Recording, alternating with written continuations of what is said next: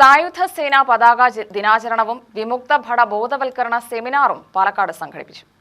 രാജ്യത്തിനു വേണ്ടി ജീവൻ ബലിയർപ്പിച്ച ധീരജവാന്മാരോട് നന്ദി രേഖപ്പെടുത്തുന്നതിനായാണ് എല്ലാ വർഷവും ഡിസംബർ 7 സായുധ സേനാ പതാക ദിനമായി ആചരിക്കുന്നത്. പാലക്കാട് സൈനിക ക്ഷേമ ഓഫീസിന്റെ നേതൃത്വത്തിൽ കളക്ടറേറ്റിലാണ് പരിപാടി സംഘടിപ്പിച്ചത്.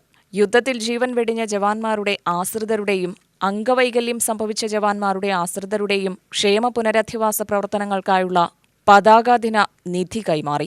സായുധസേനാ പതാകാദിന നിധി കമ്മിറ്റി ചെയർപേഴ്സണായ ജില്ലാ കളക്ടർ ഡോക്ടർ എസ് ചിത്ര ഉദ്ഘാടനം ചെയ്തു. അസിസ്റ്റന്റ് ജില്ലാ സൈനികക്ഷേമ ഓഫീസർ കെ.എം. സുരേഷ് അധ്യക്ഷനായി. വിരമിച്ച ഉദ്യോഗസ്ഥരായ colonel N. Radhakrishnan, colonel T. Sankaranarayanan, lieutenant colonel Padmajan, Kerala state ex servicemen league ജില്ലാ പ്രസിഡന്റ് എം.പി. ചന്ദ്രമോഹൻ, അഖില ഭാരതീയ പൂർവ്വ സൈനിക സേവാ പരിഷത്ത് ജില്ലാ president P. Balakrishnan, national ex servicemen coordination committee കേന്ദ്ര committee vice president K A. Unnikrishnan, air force association Palakkad chapter vice president N. Krishnakumar എന്നിവർ പ്രസംഗിച്ചു. അല്ലാതെ അച്ഛൻ്റെയും അമ്മയുടെയും എക്സർവീസ്മാനെയും അവരുടെ വൈഫിന്റെ ആഡ് ചെയ്തിട്ടല്ല. അത്തരം നിയമം നമ്മുടെ സംവിധാനത്തിലുണ്ട്.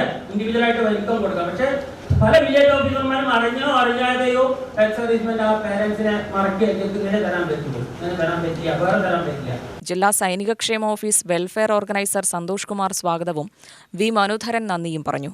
UTV news Palakkad.